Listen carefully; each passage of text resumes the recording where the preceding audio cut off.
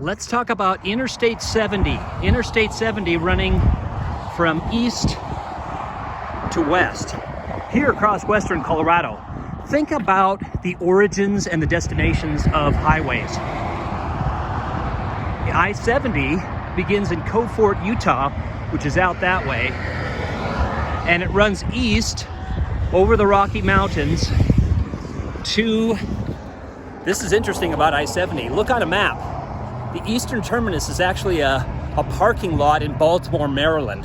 There's an interesting story why it abruptly ends in a parking lot. But I-70, Utah, Colorado, into Kansas, Missouri, Illinois, Indiana, Ohio,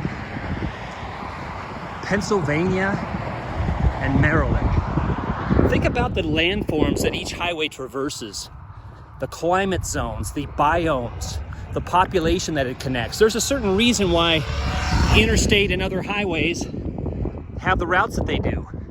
If you look up, for example, the Interstate Highway Act of 1956 in the USA, you'll find out that I-70 was one of the originally planned highways. It was actually, interestingly, one of the last major ones finished, because that way, where I was pointing earlier, Glenwood Canyon is a notoriously difficult canyon to traverse with railroads or roads, much less an interstate highway. So that piece didn't get completed until the 1980s.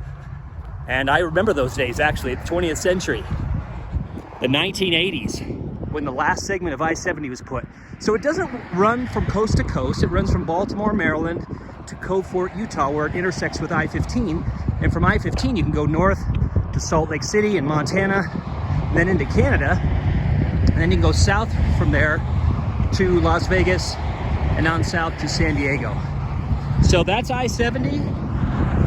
Think about interstate highways, and guess what?